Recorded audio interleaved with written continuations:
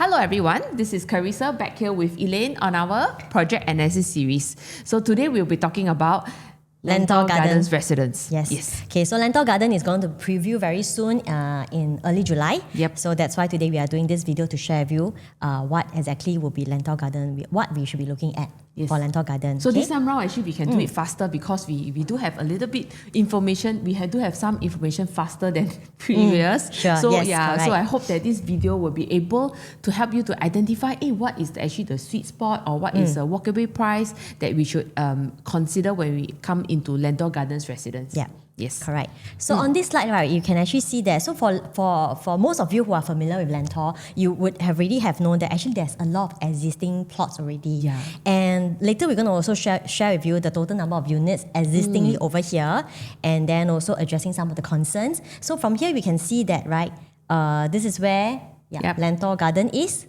So this is like the 7th plot, right? We have Lentoria, Yes. Lentor 1, Mansion 2, being the 3. last one. Central being the last one. Yes. Yeah, so this is the 7th plot. So I think a lot of buyers might have concern that whether Lentor area, is there an oversupply issue? Correct. Yeah. So which is actually in our video today, we want to touch on this. Yes. Because if let's say we want to enter really into Lentor, what are the things to consider? Yeah. And what are the things look that we out need for. to take note? Yes, correct. Okay, so but before that, we also want to, in this slide, we can see that actually Lentor Garden is also walking distance to the MRT 6 station. minutes, right? About 6 minutes So walk. we actually cut through the Hillock Park. So Yeah. there's actually various ways. It's about a 6 minutes walk. Yeah, so it's also walking distance to Lentor MRT It's station. quite nice, all covered with greens, and you just walk through And then the just park. nice, the Hillock Park is like in the middle. Yes. Okay. Okay, Come. so this will be the main content of our video today. First of all, we want to address the issue that a lot of us will be asking, is there an oversupply problem in Lentor? Yes. Correct. Next is the next door higher bid. Which is the 8th plot. The 8th plot, which is Yes. bidded by Guaco. Later, we also share with you on the pricing. So, but more importantly, we want to understand this land bid next plot, right? How does it affect Lentor Garden? So what are the things to also look out for? Okay? And the third point, the third issue that we want to also address is that in Lentor area, can we rent out the units? Yes. Yeah, so there's an oversupply issue. And then can we actually do a proper rental over there? Can we actually rent out the unit? Yeah. So that's the third part that we want to look into. And last but not least, of course will be the project info and floor Floor plans. plans. Yeah, that one we will briefly run through. Yeah. Yeah. Okay, so let's get started. So for Lentor Garden Residences, the developer is actually Kingsford, right? Yep. So they have actually done various projects lah. Okay, so this is our contact, our QR code. Please like and share our video if you find that our video content has actually benefited you. So yeah, and this will And keep if you us need motivated. if you need any information on Lentor Gardens after watching and you find that you might not understand some of the terms that we are using, just please feel free to contact any one of us. Okay, so this is just some airtime. Right, Yeah. now start of our main content. Is there an oversupply issue? So from here we can already see that, okay, so this is actually 1, 2, 3, 4, 5, 6, 7. Yeah. 7 plots over here. Yeah. And this is actually the Lentor Central, which is the 8 plot. The land bid just, the tender closed few months back, 2 months back in 2026. Okay, so these are actually all the existing plot. Okay, so from this chart, you actually see clearly that exactly how many units and inventory are there in Lentor area. So on the left side, right, we actually list down all the developments, and there's actually existingly a total of 2,954 units already. So upcoming in Lentor Gardens, there's going to be another 499, and the new plot potentially another 500 plus units. So adding on another 1,000 inventory into Lentor area. So now the question is there an oversupply in Lentor? Yes, I think that's a lot of concerns of a lot of buyers because when we look at the numbers, 2,954, 1,061 is very, very big numbers. Like huge numbers. Yeah, huge numbers in such a small area like Lentor area. I'm entering into 3,000 over units. So I think this is, which is also the key point, what we are trying to bring across is that when we look at oversupply issues, right, it's not at the point when you enter. It's at the point when you exit. So now if we look back at Lentor Gardens, okay, so Lentor Gardens is going to be launched this year and the TOP will be in 2030, which is in line with the 4 years SSD. Yeah. So now if we look back at during the time that we want to sell, who is our competitor? Yes. I think that is the most important point. So now if you look back, right, 3 years SSD, which is the 6 plots that we tabulated here, right, they have already sell or sold or because if you look at this, right, this one is 2029 or 2028. Yes, 2028. So by then of the time when we are supposed to sell, where you can sell. where I can sell, then I have no competitors basically because all my competitors has already sold and transacted. Yes, in a way. Yeah, I'm not saying that they won't sell at all, but I'm just saying The that main bulk of them selling. correct. So the situation over here is because there is a change of seller stamp duty period. Yes, that's one. Yeah. So that previously, whatever that's listed on the left side is under the 3-year SSD period. SSD is actually the seller stamp duty. Yes. So if you to sell within the SSD period, right, there's actually taxes involved. That you have to pay a stamp duty. Which right? most of the owners won't. They will try to sell after the SSD Correct. period. Yes. Yeah. Then on the right side, which is the upcoming Lentor Garden and Lentor Central, the new plot, right, is actually under the new ruling of 4-year seller stamp duty. Yes. Yeah. So that's the difference in the timing that we see. As you mentioned just now, Lentor Central, based on 2025 launch, they will be selling it in 2028. Yep. Yeah. So for Lentor Garden, they can only sell in 2030. From here that we can actually see that because of the 2 years period, right, by the time that if you are owner of Lentor Garden, you can only sell in 2030. At that point where you exit, right, you actually do not have any competition. Yes. Because after that will be Lentor Central, but that's another 1 year later. So in 2030, at the point if you choose to sell, there is no competition because Lentor Central, the new plot, can only sell 1 year later. Yep. So this is how we want to look at the oversupply issue. So oversupply is not just about looking at whatever inventory or the number of units in the area. It's more of the exit timing. Yes, At the point of time when you want to exit, right, do you have competition? Because if you have competition, then definitely you'll make the competition will make your unit harder to sell or slower to sell, or probably your profit will be affected because there is supply in the market. But looking at this is what we want to address is that at the point when you exit, there's actually no competition. Okay? So then next, remember the second point that we want to look at is that because of price, because of the Guaco land that they bidded, right, which is actually much higher. So how does it affect? Will it actually even affect us? Correct. Yeah. Yep. Okay, so for this chart, right, we actually list down all the projects so that we have a clearer picture. From Lentor Hill Residences and then Hill Log, Lentoria, these are all the land price. Yep. Okay, and these are the sale price, the lowest price to the highest price that is already transacted in the respective development. Yep. Okay, so we can see that, right, actually throughout the number of years, throughout the years, projects has been launched, right? Correct. We can see that the initial starting from price, right, is around that. Okay, this is 2008, then 2007, 2009. 2001, 2009. So I would say, I would say that probably an average of about 2009 to 2000 starting price. For Lentor Gardens Residence. For Lentor area. So it's about that $1,009 to $2,000 per square foot. Okay, and the highest price right now, the highest transactor is Lentoria at 2670. But again, you can see from here the average high prices, it's around that $2,005 per square foot. Yep. Okay. Correct. So now we also want to from here make an estimate of how much Lentor Garden will be looking at. Now, if you look at the chart, right, based on the land price, if you look at over the years, these are the land bids that, or the land price that the developers has actually bidded. So today, Lentor Gardens is at 920 PSF PBR. So that means to say that there might be a chance that the developer might be very prudent or might be very competitive in terms of the pricing. So assuming if they were to adopt the same pricing strategy like what we have discussed previously, that the developer's pricing strategy starting from for Lentor is actually very competitive. So around that $1,009 to $2,000 per square foot, right? Correct. Because of the land price, because of the price that they bid for the land, they actually can do it. Yes. Yeah, if they want to. That means to follow back what has been launched previously, around that $2,000 per square foot onwards. which is actually a very good or very sweet spot for a lot of buyers because you are buying into the old price tag, right? So it's assuming they are launching about maybe starting from 2000 PSF, right? So now what we want to know here is that Lentor Central is actually bidded $300 higher than us. So this is the part that we want to also understand. How does this affect Lentor Garden pricing? So just now, as you mentioned, right, they can start from $2,000 per square foot. Correct. Right? But then what is the maximum price what is the highest price that they may want to go to? Yes. So let's say if you look at this, right, if you look at Lentoria, which is the highest PSF as of now is 2670. So if Lentor Central will be at this land price, that means they have to be sold at a higher price.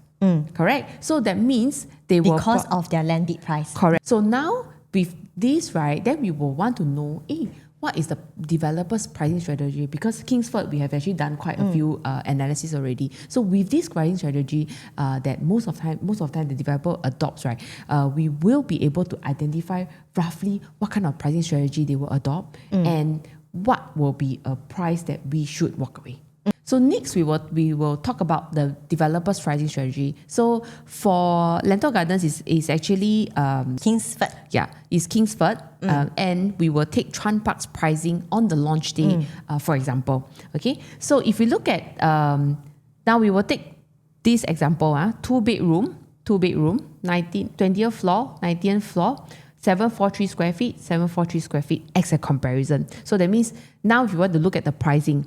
So on the launch day itself, which is 10th of November, this is also 10th of November, both is sold on the same day. But we see that 20th floor is actually sold at 2627 PSF. And then 19th floor at 2007 PSF. So why is this so? So normally, right, it will be this one sold lower and then this one should be higher a stage up price because of the levels, based on level, based on per floor jump. It is the usual case. But now we see here is that 20th floor is actually sold lower than 19th floor. Yes. So by and large is because of the queue number.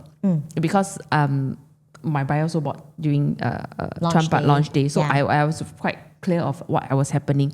So I will think that I will see that it's because of the queue number. The buyer actually went ahead to buy the 20th floor first, then a later queue number, then they buy a lower floor, which was actually at a higher price. That means to say on the launch day itself, the prices has already increased quite a bit. Yes. Because if you can see from here, right, from 19th floor to 20th floor, right, there is already a 2.8% increment. Correct. Usually if you look at the per floor jump, is probably about 0.3 to 0.5% difference on the per floor jump basis.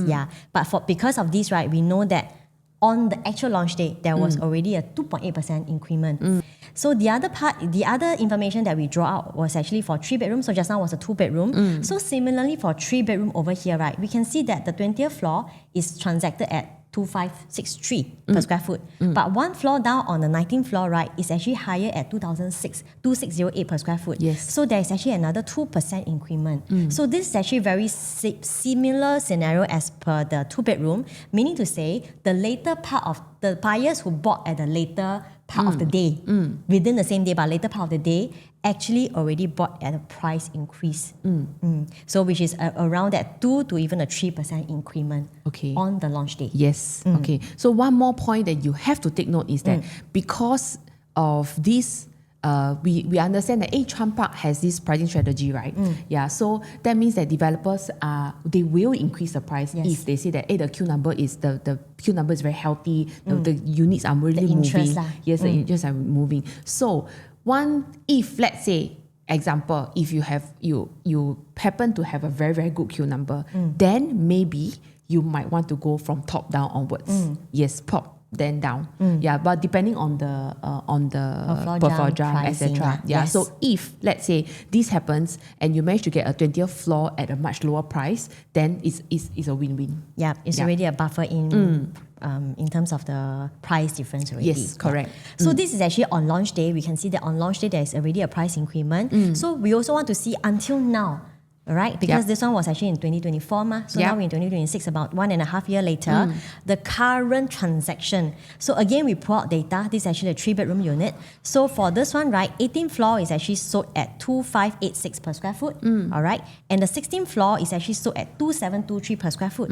So from here, we can see that based on just 2 levels difference. But because this was at launch day, 18th floor was purchased on the launch day, but 16th floor, much lower, 2 floors down, purchased 1.5 years later in May 2026. The increment is actually a 5.3% increment in terms of the price. So it's very similar to what you have said just now. If given the chance that you can actually purchase a higher floor, then I think this is something which is going to be very good for the buyers. Because we know that developer will increase price on launch day and from launch day till the existing timing that they actually will finish selling the units. Correct.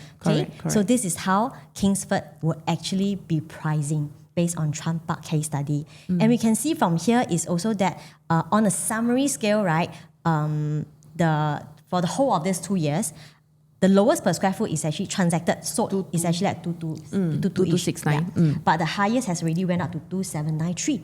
Meaning to say it's a $500 gap. Yes. So now we want to bring this thing back into Lentor Garden. Okay, so next we also want to understand, remember just now we highlighted that the Guaco land plot was actually bidded $300 more than Lentor Garden. Okay, so this is actually to show that Lentor Garden break-even is actually over here at about 1,009, close to 1,009 per square foot. All right, but for the new upcoming plot, right, for Lentor Central, new plot, the break-even price is about $2,324. $2,300 to $2,400 per square foot. That's the difference in the break-even price, right? So now the question is, how high will Lentor Central GLS hit in the future? Because given the fact that there is already a $300 difference in terms of the per square foot, in terms of the land bidder. Yes. So just now you mentioned, right? Lentoria was at 2670. 2670. As of now. Yeah. And the land price was actually about 1,001-ish. So this time round for the Guaco land is at 1,002, right? It can potentially, they probably have to go up to $2,700 to $2,800 per square foot price. Because of the land bids. Because of the land that they bought at and then break-even price, etc. Correct. So they have to sell at 2008, right? Correct. Yeah. So again, bringing this back to Lentor Garden. So just now we also have identified that developer can start from $2,000 per square foot because of their land bid was actually bidded much lower. All right. But what is the highest price they can go to? Looking at how they price Chuan Park, looking at how much they have actually added on to the price increment, it is a good chance that they may also use this price as a benchmark. Yes, because I already know in the future that this will actually might or potentially happen. Yes, correct. Yeah. So the future price will be this price. Yes. So for me, I can start from 2,000, right? But I can also price it at around that. The highest price that I can go to is probably about that 2007-ish to 2008. Because later on, 2007 could be very much the new plot starting from price. So now we have more or less understand how they will probably price the unit for Lentor Garden, right? What will be a price that we will want to be looking into, or a safe entry price to look into Lentor Garden? Yep. So if let's say, assuming they start at 2,000, of course it's a PSF, right? Of course it's a no-brainer. It's an old price tag, right? Yeah, correct. So I think key point is, what is the, like what you mentioned, what is the walkaway price? I would think that 2,550 to 26, it will be a walkaway price.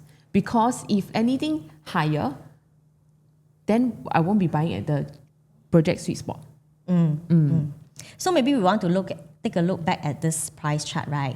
Because if it's the past project at 2005, it will be on the high side already. Because this is actually what is reflected at about 2526. It's actually the highest transacted for the respective development. But today, because of how Lentor Central has to price because of their land bid, which is potentially about 2007 to 2008. Yes. Today in Lentor Garden, if you are getting somewhere around that 25, just now you mentioned about 2550 to 2006, you are actually getting something which is the middle price. Yes. Yeah, which is still something very safe for Lentor Garden, knowing that in future, Lentor Central new plot, right, will actually be hitting this price. Okay, so our opinion is that we will actually be looking max around this price range to look into for Lentor Garden. Yep, correct. Okay, so this is how we want to analyze how the new land plot will actually affect developers' mindset in terms of how they're going to price Lentor Garden. Okay, now the last point that we want to address is that, can I rent out my property in Lentor? Actually, the question to us is that it's more on the rental yield. Because actually any properties in Singapore, you can rent out. But the question is, how much are you renting out at? Yep. So how much you're renting out at will be affecting your rental yield.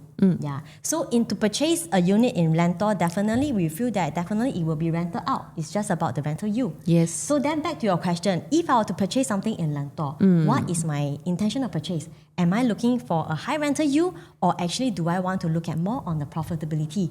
Right? Correct. So, and we know that for Lentor area, we should be looking more into the potential margin that we'll be looking to, because rental yield may not be the best in the Lentor area. Yeah. Yep. So then we also pull out some case study to understand rental yield and profitability. Yep. Right. So let us take a look at this example. So we have actually Affinity at Serangoon, and also we compare with Uptown at Farrer. Okay. So the reason why we pull out this data is because we want to have a very similar purchase date. Yep. All right. And exit date also. Yes.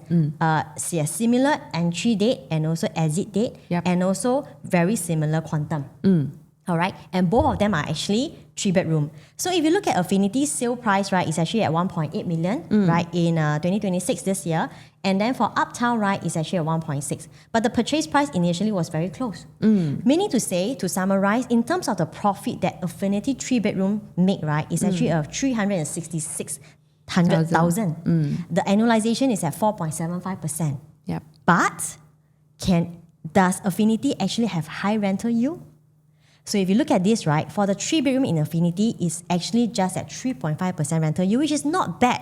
But if you were to compare with Uptown and Farrer, right, it can actually fetch up to 5,003, which is a 4.2% rental yield. Yes. Then again, we look at the profit, the annualization, right? For Uptown, it was actually sold at only 1.64, meaning to say the profit was only at about 130,000. The percentage is actually at 1.83. So this case study will clearly show that, right, in terms of profit versus rental yield, these two may not come hand in hand most of the time. It's not a direct equation. Correct. It's not that I have a high rental yield, I will have a high profit. Yes. Or vice versa, right? Because from here we can see that Affinity is actually at much higher profit, but in terms of the rental yield, it is lower. Yeah, Slightly it is lower. actually lower than Uptown.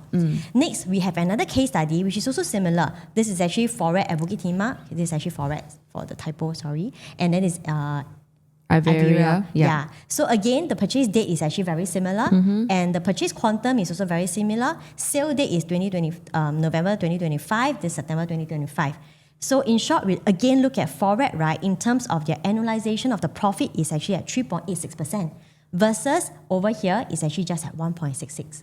But the Ivera, right, in terms of the rental, is actually at 3%. Versus Foret, which is actually at just 2.18%. Yes. So again, it doesn't mean that you need to have a very high rental yield in order for you to have a good profit annualization. Yep. Correct. Okay. So this is actually how we look at whether the rental yield, is it more important to you, or is it the profit that is actually more important to you if you were to purchase something in Lentor? So now I think the question you have to pose to yourself is that, if you were to look at Lentor Gardens, what is the intention of your purchase? If you're looking at rental yield, of course, you will not have the best rental yield. But in terms of profit, they might have a very good appreciation in the future. Yeah, that's of course at the correct entry price that you're entering. Yep, correct. So because honestly today, if let's say you are really looking at a very good rental yield, you will probably be looking at something in the more central area, because that's where you usually can fetch a better rental yield. Yep. Okay, so that is for the rentability, the rental yield, and also the versus the profit. Yeah, the contents that we wanted to cover. Yeah, so next we will also be moving quickly into the project information. Yes, correct. So just now we already addressed all the concerns and issue. We'll just quickly look into the project information. Yep. Okay, so the project name is again Lentor Garden Residences by Kingsford Developer, and there's a total number of 499 units. Yes. Okay, it's 99 years leasehold. 30 TOP. Yes, around there. Vacant possession. Yeah. Okay, so that's for project information. And this is actually the location. So just now we also mentioned, right, it's actually walking distance to the MRT station. Yeah. This is actually Lentor Modern, but the MRT station is actually just right beside. Okay, so this is where we are. And of course, there will be, later when we look at the site plan, you can see that some of the units will be the Hillock Park facing. Yes. Okay, then this is the part. Okay, so there's actually the site plan.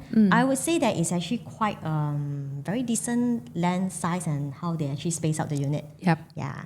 So this actually are the Most of them has either pool view or if not, then the Hillock Park view. Or okay, this is the one. Yes. The Hillock correct. Park view over here. And then pool view, etc.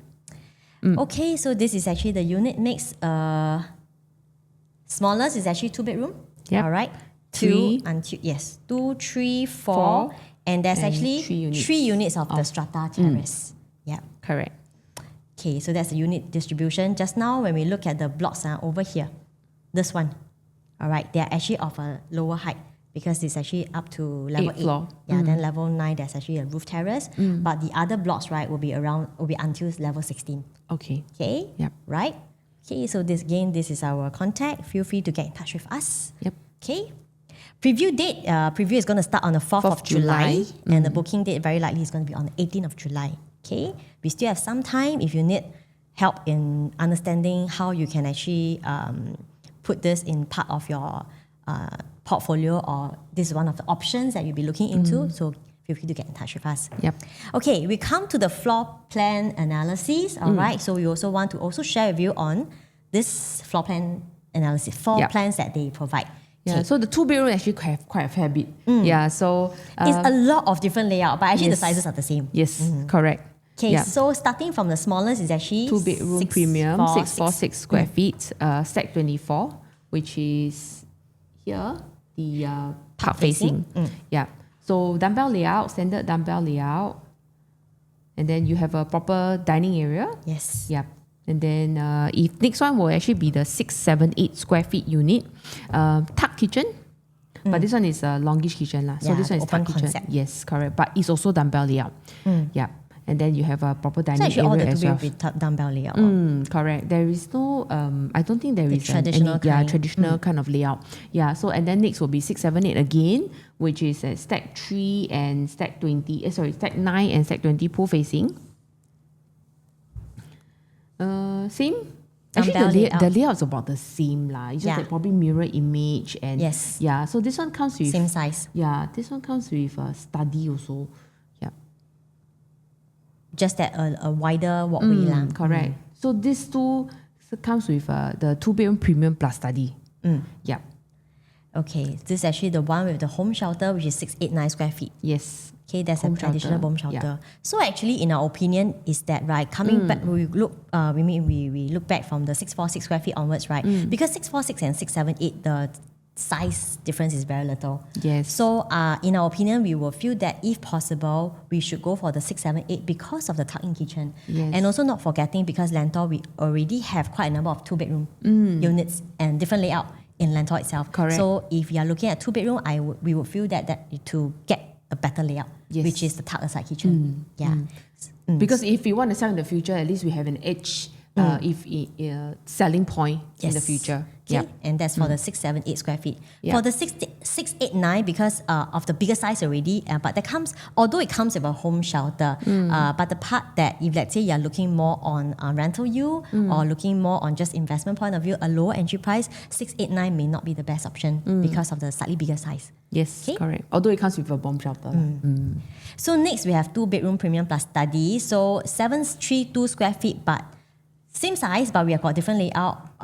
One key thing to highlight is that, right, is actually the study and this kitchen area for the different types of 732. Yes. Yeah. So for here, right, we can see that when you come so S1, Yeah, S1, S2 is actually having the same kind S1 of and layout. S2, correct. So you come in, right? Actually, I feel that this kitchen area is feels slightly narrower. Yeah. Because, and then although there is actually a wider space, but somehow it feels that this part over here is feel quite tight. Because we don't have the measurements as yet. Yeah, so that's why we can only base on. So why do we say so? Because if you look at the next few layout for 732, S3 and S4, I think they are slightly better, right? Over here, right? S3 and S4, this kitchen doesn't feel as tight. Yep. And also because this study feels a bit wider. Yes. Yeah, so the first two was actually more narrow. Yep. Longer. And because of the orientation of the study, right, the dining feels not so tight also. Yeah. Yeah, as compared to Just now the one, the dining, feels a bit tighter, this part. this part over here. Feels a bit tighter. Okay, so the S3 and S4 is something that we will recommend. Yes. Yeah. If you're looking at something that for own stay, you need a study space, then probably something that you can consider. S5 is also okay because it's quite similar. S6 will then come back to the slightly narrow study. Yeah. Yeah. Okay. But then again, all the sizes are the same lah. So again, we will have to look at on the actual day itself what are the difference in terms of the pricing. Yeah, in terms of the measurements also. Yeah. Then next come 3-bedroom. 3-bedroom, the smallest unit is actually 872 square feet. Yep. This is actually quite decent. I think it's actually a very good size for 3-bedroom compact. The only thing that is that this foyer looks longish. Yeah, correct. But I feel right, we can do a lot of carpentry over here to make use of the space. Yep. And what is nice about this 872 is that it comes with the windows in the over here. It comes with window cooking in area. the kitchen. Yeah. So and also the bathroom. There's also windows in bathroom. Yep. So for, although it's A72, the smaller size. for 3-bedroom compact, everything with with windows, I think that's very decent. Yep. And then 936 is also okay because it also comes with the Windows. window. Okay. The middle size is the one that is actually much more interesting because this is 969, comes with home shelter, but don't come with window. yeah, no So window. developers are actually very smart. Yeah. They This one give here. you study, home shelter, but then we have to compromise a little bit on the windows. Study and home shelter, but no windows. But the other one is no study, no home shelter, but got windows. Yes. Yeah. So because of that, because of this thing, right? Because of this 969, right?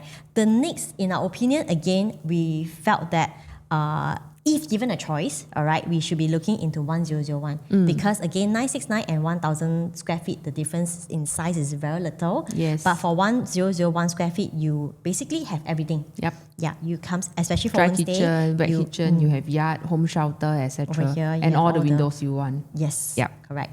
Okay, so that's for 1001 square feet. Then next will be 1012. Again, it's not too much of a difference between 1000 and 1012 square feet. Lah. Yes, correct. Okay. I would think there's only the longer walkways. Over here, Yeah, the correct. foyer over so here. So based on this, right, our recommendation will still be the 1001. 1001. Yeah. Okay, last but not least, we have our 4-bedroom. 4-bedroom, the 4-bed compact is actually at 1184. Nowadays, developer like to do the size at 1184 for 4-bedroom compact. Yes. Yeah. And then, okay, this one is nothing to pick on. It's very similar layout as a 3-bedroom, just that it has got an additional one more 4th bedroom. Yep. Okay, and I would feel definitely the quantum will be very affordable for a 4-bedroom compact at 1184 square feet. And the bigger units will be 1356 and 1346 square feet. Yes. All right. So this one will come with the white frontage because the 4-bed compact is the portrait layout or similar to the 3-bedroom narrower living area. So for 1356 it will be the white frontage already, and 1346. Okay, but the strange part is that this is 1356, but I feel that this part is shorter, but then this part is longer. But there's a size is 10 square feet. Maybe So- they compromise somewhere in Yeah, between. so maybe when you want to compare these two, you might want to compare a bit more details. So I think for 4-bedroom, usually if you are looking at, you need a 4-bedroom, but with a tighter budget, then definitely the 1184 is going to be something very comfortable in terms of the quantum, correct. right? But if let's say you are someone who really need a bigger unit, right, for your own use, then definitely 1356. In terms of the layout or the floor plan, is definitely nothing to pick on. Yep. Yeah, white frontage, and then it comes with 4 proper rooms, and also there's over here is actually considered an ensuite, ma. It's a junior master. The junior master 4th room is actually junior master. correct. You have actually one more bathroom for your common Yes, bedroom use. So total of 3 3 bathroom plus a WC over here. Yep. Okay. Correct. So all you need for 4 bedroom. Everything is Big in there. 4 bedroom. Yes. Yeah, everything is in there lah. Okay, so that's the end of our analysis for today for Lentor Garden. So what we have done in this video is to address, just to recap, 3 concerns that is going to be a lot of buyers will be asking. Number 1 is the oversupply issue, which we already identified because of the seller's stamp duty. At the point where you exit Lentor Garden, there's actually no competition. Yep. That's number 2. Yep. No, that's number 1. Yes. The number 2 is actually Developers' pricing strategy. Yeah, and also the future plot. How How it does it actually affect? affect us. Yes. And the third point that we also want to address is that can I rent out my property in Lentor? But again, we also want to address this concern is that it's not so much on whether you can rent out or not, it's looking at the rental yield. But because knowing that in Lentor area, rental yield may not be the most fantastic. Correct. If this is something that you are looking at in terms of pure rental yield, you probably will be looking at other places already. So for Lentor area, we also have shown you case study is to show that there are really places that with a lower rental yield, but the profit in terms of the percentage annualization is actually much higher. So it does not necessarily mean that you need to have a very good rental yield to have a good profit In the future. in your lah. property. Yeah, Yes, correct. Yeah. So that's the end of analysis. We hope that you have a better understanding of what's going to happen in Lentor, and we hope that we have also addressed all the concerns that you have in your mind. So if any questions, Yes, please Feel feel free free to to contact contact us. us. Yeah, so if you need floor plans or understanding a little bit more about other projects as well, yes, please feel free to contact us. so if not, we will see you in our next analysis video, and I think the next one is going to be in Dunnan House. Oh, yes, correct. Yeah. Thanks for watching. All right, See you. thank you so much. Bye-bye. Bye.